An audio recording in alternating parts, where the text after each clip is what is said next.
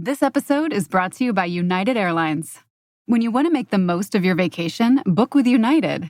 They're an airline that cares about your travels as much as you do. United is transforming the flying experience with Bluetooth connectivity, screens, power at every seat, and bigger overhead bins to help fit everyone's bag. And with their app, you can skip the bag check line, get live updates, and more. Change the way you fly. Book your next trip today at united.com. This Steve Jones Show podcast is now loading. The Steve Jones Show podcast is presented by Sunbury Motor Company, Purdy Insurance, Brewers Outlet, and NIL Game Changers.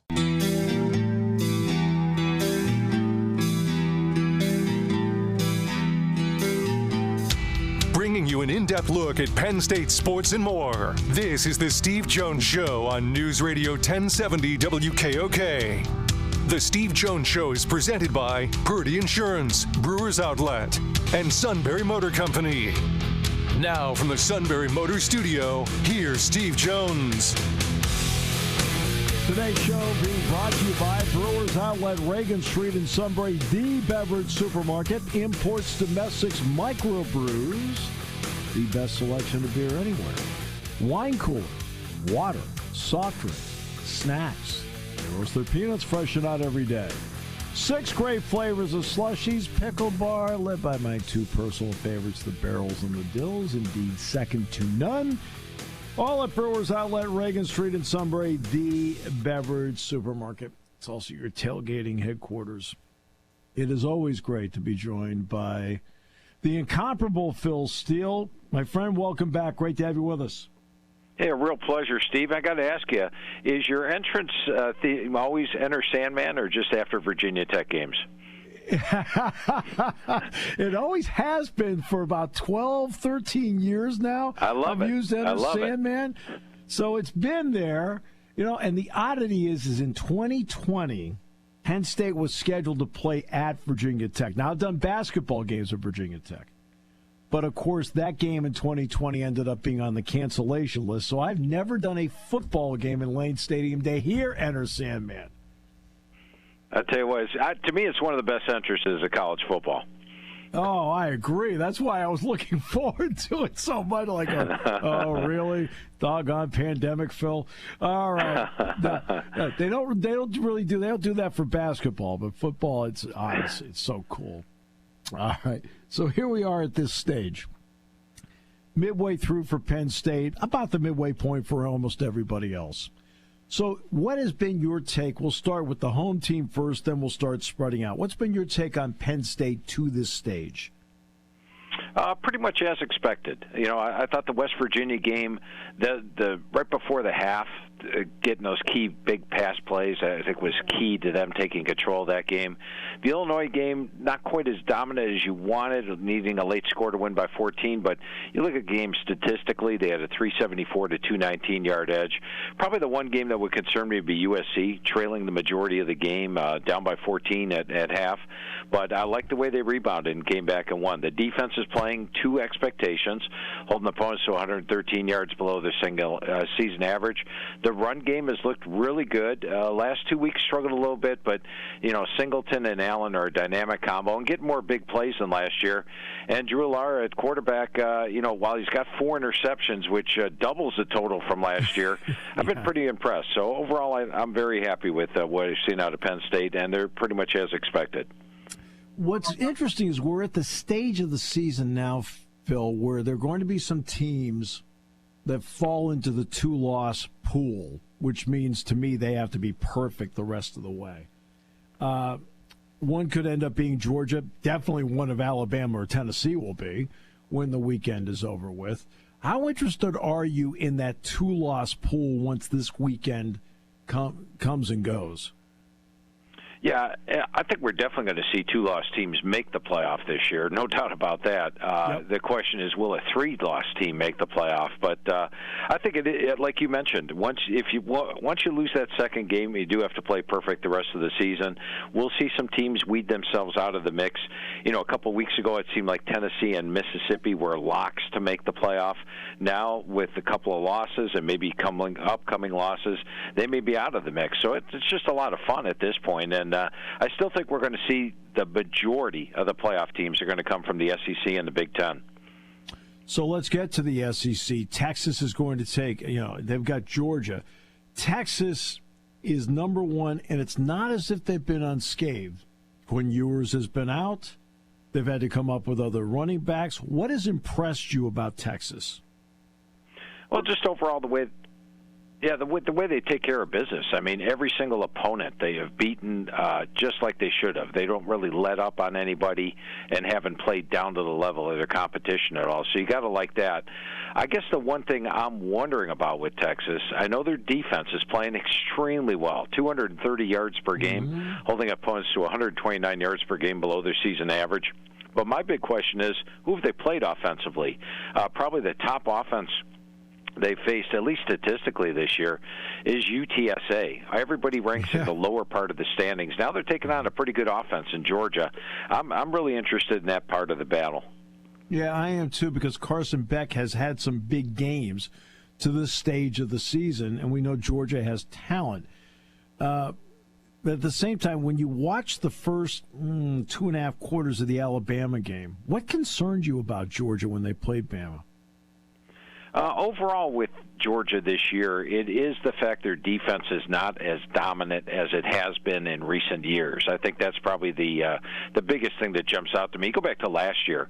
They held opponents to 102 yards per game below their season average, which was number 1 in the country. Now, this year, they're actually number 25 in the country. And, a top 25 defense is nice, but with Georgia, you're accustomed to them having a dominant top defense, probably the best defense in the country.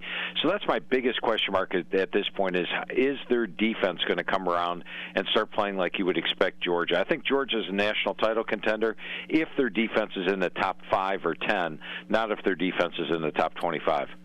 What helped me out is on the trip back from Los Angeles, we did have TVs in the plane, so I could watch Ohio State play Oregon. The interesting part to me, and I want to get your read on this, long time ago here, Penn State, 1982, plays Nebraska.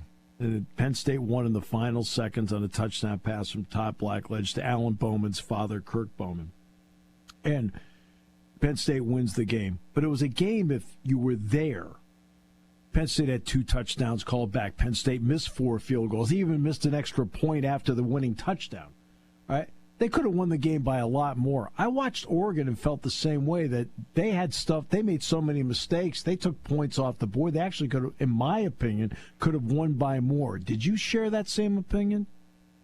Yeah, I do. I also think you could say Ohio State could have easily won the game. So it's one of those things. Yeah. But the one thing, Steve, that jumped out to me in this game is coming into it, you expected Ohio State to dominate the line of scrimmage, right? Because they've got one of the top offensive lines, one of the top defensive lines in the country.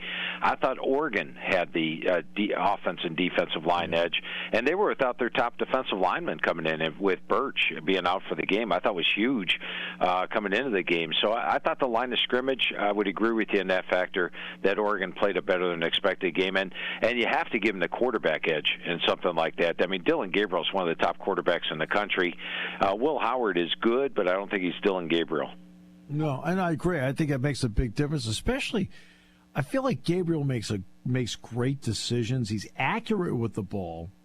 I love his decision-making, and decision-making includes times when to run the ball, him. Right. And I think that makes when you do that, especially in the red zone, defensively, you have to commit somebody to Gabriel. If you have a guy that's a pocket passer, you don't have to. Yeah, absolutely. And you look at Oregon at the start of the year, they were sort of interchanging their offensive line a little bit, because against Idaho and against Boise State, they weren't dominant. They gave up 7 sacks. They only averaged 3 yards per carry. But they finally got the offensive line rotation up to the standard I thought they would be coming into the year. And they've played a lot better the last 4 games, and I think that's been the difference in Oregon's offense. And it makes them a legitimate national title contender. Okay, so I'm going to turn the clock back to early in the season with Oregon. They played Boise State. Ashton Genty had more yards individually rushing in the game than Ohio State did on Saturday night against Oregon by about 52 yards. The group of 5 is going to get a team in. What's been your thought on Boise State, and what's your thought on him as a running back? pretty electric. So many big plays and big runs for Ashton Genty. And, like you go back 2 weeks ago against Utah State, he had all his yards in the first half, didn't even play in the second half. So in the magazine, I had Boise as my number one group of five team to make the playoff this year, and they've made me pretty happy. I think they're going to live up to that. Now, they do have a tough test coming up where they play UNLV next week on the road. That's probably the biggest. Well, it is the biggest, toughest remaining game that they have on the schedule. But if they take care of business against UNLV, I think it's between Boise State and Tulane for that spot. Tulane's been pretty impressive as well this year. But right now, I'd have Boise number one. Yeah, and that's the Friday night game. So that's going to be the UNLV Boise game. To me, that's a must-watch. Well, let's get to it. An undefeated that nobody's talking about, Indiana. All right. They're undefeated. I'm not saying that they're going to get anywhere, but what's been your thought on the job that they've done there? It's pretty much what I had expected. Maybe not quite to this degree. Well, probably to this degree. In fact, in the Big Ten media poll, Indiana was picked 17th. And everybody asks me every year, Steve, they say, Phil, do you have a favorite team? And I go, yes, I have a favorite team. And they go, who is it? I go, it's a team I picked higher than everybody else. So as it was, everybody picked them 17th. I had them 12th in the Big Ten. And there I hedged my bet a little bit, thinking, well, I can't pick them any higher than that, can I? But I've been an Indiana fan all year. They're playing great defense. They've got all those James Madison transfers, and they've lived up to that potential. They've got the run game with Ellison, Lawton, and Black. Curtis Rourke, who was the MAC Offensive Player of the Year 2 years ago, looks like it. He's hitting 74% with a 14-2 ratio. Now, keep in mind they haven't really played anybody. Maryland, probably the toughest opponent that they played. They're going to take on a really good opponent this week in Nebraska. Nebraska's got a legitimate defense. Hutmaker leads that defensive line, which is just nasty up front. And I like what I've seen out of Dylan Raiola as well. So I think we're going to learn a lot about these two teams this year. Indiana's having a great year. Signetti's doing a great job. And, the thing I like about Signetti, Steve, is that in the transfers he's brought in, they not only had to have experience, they had to have, be a conference player of the year experience type of thing. So he brought in the right guys. I think the NIL money that they promised Signetti at the start of the year really helped. Yeah, I think you're absolutely right. And for Nebraska, they've only lost the one game to Illinois. And it was one of those games where I felt like they lost the game more than, quote, Illinois won it. So Matt Rule's done some good things there. Now let's get to a team that lost on opening day, Clemson. Clemson was behind, I think, 6-0 at halftime, because I'm trying to do that from memory only because I was doing the West Virginia Penn State game at the time. They have not lost since. Now, I realize they're not facing, quote, murderer's row. But what do you think of Clemson now at this stage, and how dangerous are they to get to the playoff? No, I think they will make the playoff this year, and you're absolutely correct. It was 6-0 at the half, close game. And what happened was I think Dabo was a little reluctant to play his freshman wide receivers in that game. And then all of a sudden, after that loss to Georgia, he said, you know what, we're going to bring out Brian Wesco. We're going to bring out T.J. Moore, two of the highest rated wide receivers coming out of high school this year. And they both have made a major impact on that receiving core. With that receiving core now getting the upgrade. And remember, last year with Clemson, coming into the year, in the first 3 games, they had lost their top 2 wide receivers. So they were really a depleted receiving core. Those guys are back. They've added in the freshmen. Tremendous receiving core. Cade Klubnik has looked like you would have thought he would look coming out of high school, 17-2 ratio. Now that he's got the receiving core, they've got Phil Moffitt in the backfield. The defense, I was surprised Stanford gained 230 yards on them in the first half, but other than that, they've been really good, and they've got plenty of talent there. So it's a very dangerous Clemson team. I look at the rest of their schedule. At Virginia Tech, ironically, enter Sandman, is the only place that they could potentially lose, I think. I do think they beat Pitt on the road, and I've got Clemson playing in the ACC title game. Yeah, no, I think that is a great pick. Miami is sitting there as well. They've had a little bit of officiating help along the way. The replay guys have been, I would say, kind to them. But overall level of play outside of that with Cam Ward at the controls, your thoughts? Yeah, I think what's going to happen with Miami this week, Steve, is you're going to see them look the best they have all season. There's not going to be a close game. I think they go on the road and get this one. Yeah. Louisville's pass defense has been a little suspect, at least in my mind. I thought Louisville got outplayed by Georgia Tech. Notre Dame, they trailed by 2 touchdowns. Smooth, they lost by 7 at home. And they need a late touchdown to get past Virginia. Miami's had a week off. I think they feel fortunate that they're 6-0 after the Virginia Tech and Cal games. I mean, Cal, they needed a 25-point comeback. But with Cam Ward, Damian Martinez, and a very confident group, I look for Miami to play their best game of the year this week. Yeah, no, I agree. I think they've put themselves in that spot, and I think they will play exactly the way you thought they would play. Tennessee has hit a little bit of a skid here at this point, and the odd part to me is, with Josh Heupel's mind, it's the offense. I think the defense has been playing pretty well. What's been your thought on them, especially with the matchup with Alabama? Yeah, and, with Tennessee, the key for a Josh Heupel offense, everybody thinks it's a pass game. It's actually the run game. If they're running for 250 yards, then guess what? Everything's wide open. Teams have to bring another guy in the box. That gives you a lot of one-on-ones, and that's when their offense is so explosive, 69, 51, 71 points the first 3 games.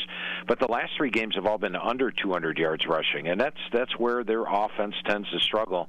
And I think Bama's got the players in the defensive front 7 to control Tennessee's run game and put the onus on Nico Iamaleava. And, when you look at Tennessee, they should have been down probably 17-0 at the half to Florida. Florida had 4 drives inside the red zone.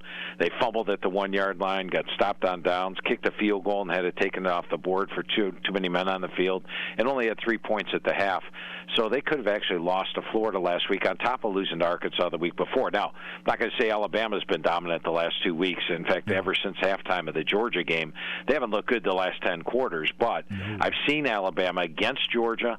I know they're capable of playing it. And I'll take Jalen Milroe over the freshman quarterback. I think Alabama's a better team, goes into Tennessee and comes out of there with a win. Yeah, no, I agree with you. And I mentioned Oregon, Ohio State earlier. Ohio State is massively talented. We know that. What's been your thought on them to this point? It's the same question I had coming into the year, Steve. Defensive line, they've got so many top draft picks there.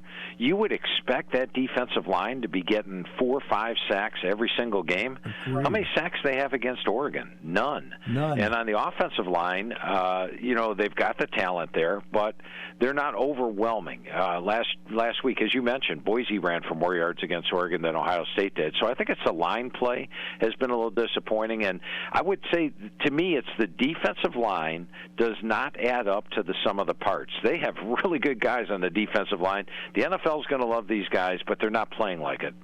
Right. And that's exactly what we were talking about the other day. That's been a surprise. If I just give you the names, you would assume they're playing great. Yet when you watch them, they're playing well, but not great. Is that fair? Yes, not dominant. And you would expect them to be a dominant. Remember that South Carolina-Kentucky game? Yeah. I don't know if you got a chance to watch it, but South Carolina's defensive front just chewed up Kentucky. Kentucky couldn't. Every time their quarterback stepped back to pass, he was under pressure. They couldn't run the ball for an inch. And South Carolina's defensive line really impressed me in that game. That's what I would expect out of Ohio State on a weekly basis. Hey, by the way, down in the Dome, Tech will take on Notre Dame.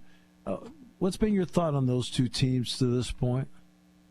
If Notre Dame keeps losing players every single week, it seems like they lose a different starter, but they're playing well. And I like the fact that Riley Leonard, remember he didn't have a touchdown pass the first couple of games. Now he's up to 6 on the year. They're taking care of business. They're playing well. With Georgia Tech, I think they play above the sum of their parts. They're one where they play better than the overall talent that they have with Brent Key. They're always dangerous as a dog, but I don't know if they're up to the talent level at Notre Dame. So I like the Irish to win this week. But I've been impressed with both teams. You are a gem. Thank you so much for the time you gave us today because, look, you're always working on something and you always carve out a few minutes for us, and I appreciate it so much. Steve, it's always great talking to you, my friend. Thanks for having me on, and good luck in the upcoming weeks. Appreciate it, and we'll talk soon, I hope. All right. Sounds good, Steve. The outstanding Phil Steele joining us on the show today. And this half hour being brought to you by Brewers Outlet. Reagan Street in Sunbury, the beverage supermarket, imports domestics microbrews. The best selection of beer anywhere. Wine coolers, water, soft drinks, lots and lots of snacks. They roast their peanuts fresh and out every day. 6 great flavors of slushies. Pickle bar, led by the barrels and the dills. Indeed, second to none. It is all at Brewers Outlet, Reagan Street in Sunbury, the beverage supermarket, here on News Radio 1070 WKOK. October is SUV month. SUV month at a Sunbury Motors Ford. Sun, ride with the sun, Sunbury Motors. Pick from 32 new Ford Escapes and 25 new Ford Bronco Sports, both discounted $4,000. And they're on sale starting at just $28,965. Choose from 19 of the totally redesigned 2025 Ford Explorer that comfortably seats 7 passengers, and they're reduced $5,000 and priced from only $39,230. Sunbury Motors, located in the North 4th Street Auto Plaza, proudly owned by the Mertz family for 109 years. Hurry, sale ends October 31st.